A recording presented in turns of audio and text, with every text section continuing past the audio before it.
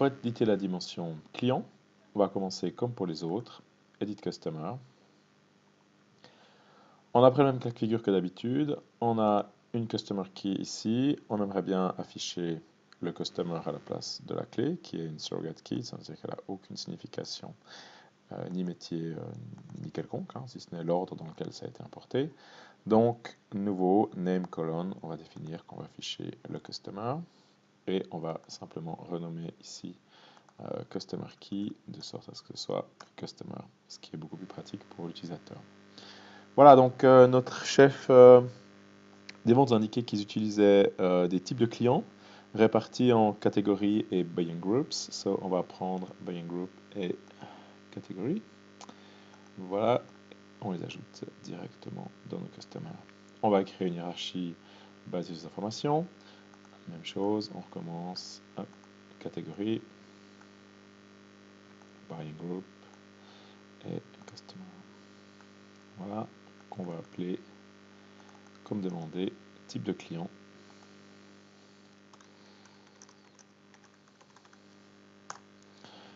Voilà, de nouveau le petit point d'exclamation pour nous dire que les relations ne sont pas bonnes. Forcément, il ne peut pas savoir. Donc, c'est d'abord le customer, puis le buying group, puis la catégorie au niveau supérieur. On va voir dans le browser, on n'a encore rien généré. On commence par générer la dimension. On patiente un peu.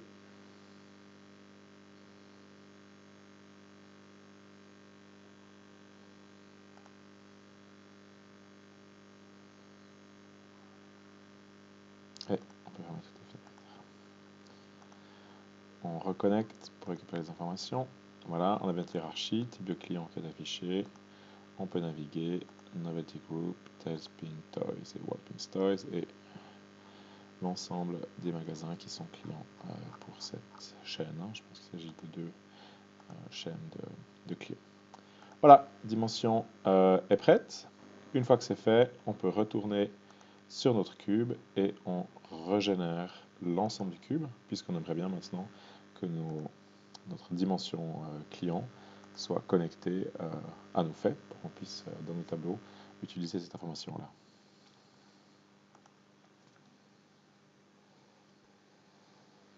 Voilà, on peut fermer nos fenêtres.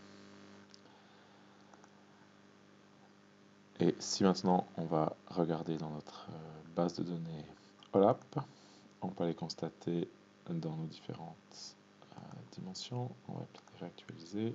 Voilà. Le navigateur de dimension client. Une hiérarchie type de client, c'est tout bon. Et on voit bien qu'on a nos différents clients répartis comme ça. Donc à partir de maintenant, on peut utiliser cette dimension dans notre cube et on va en avoir besoin pour répondre aux prochaines questions de quiz.